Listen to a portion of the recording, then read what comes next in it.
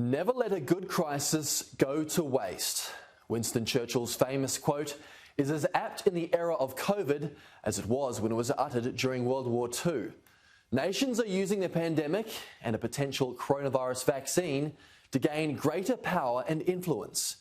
China and Russia in particular have been using their vaccine candidates to form closer ties with nations and test ties with the West. More than a dozen countries have signed deals with China to test one or more of the 5 vaccine candidates being developed there, while Russian officials claim to have provisional orders from some 50 countries for 1.2 billion doses of its Sputnik V in the next year.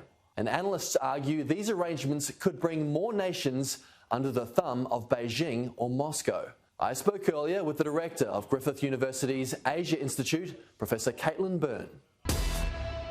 So how exactly do these interactions work? Is it quid pro quo? We'll give you vaccines, you give us what exactly?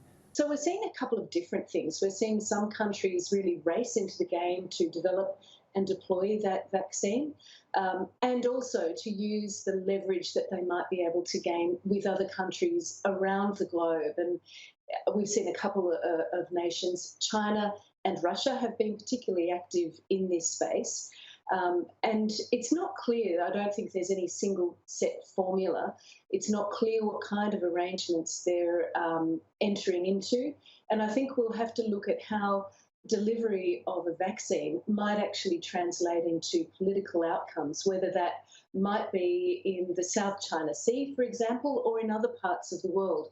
I think we're really waiting to watch and see what actually unfolds here. And what do you make of the particular nations Russia and China are targeting?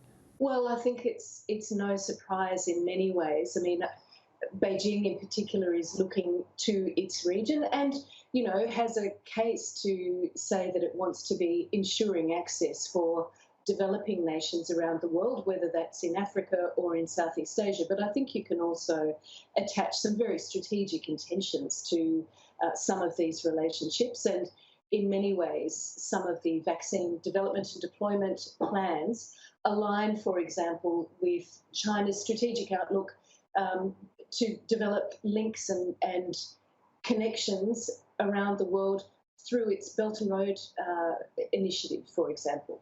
I wonder if we're being a bit cynical here. It could be argued that these governments, that China and Russia, are simply being kind, that they purely have altruistic motivations.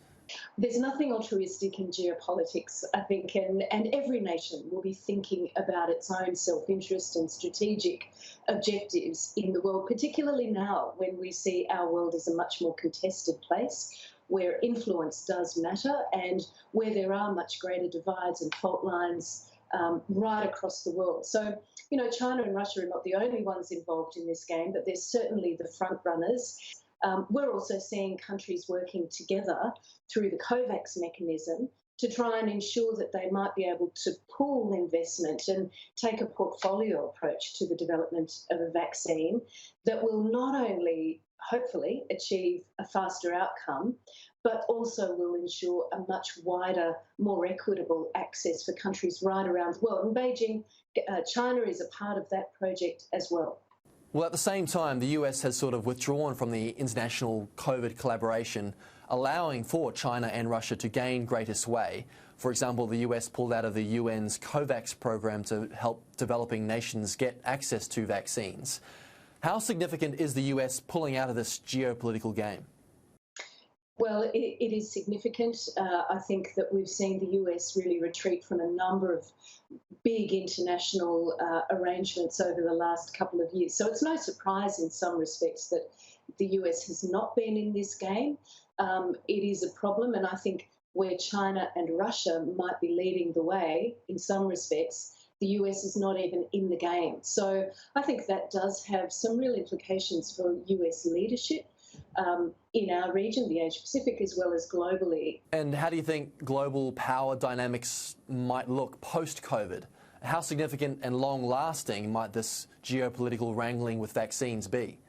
I don't think we'll ever see the world order as it was, to be honest. I mean, the world has changed significantly. COVID-19 has amplified a lot of that change, but these are changes underway, and that the shifting nature of power, the strategic dynamics that really reflect that changing nature of power are here for time to come. So I think we have to prepare for a very different world, and that's important from an Australian perspective in thinking about how we advance our interests, how we commit to assisting the nations in our region, in Southeast Asia and the Pacific, and the Australian government has done that.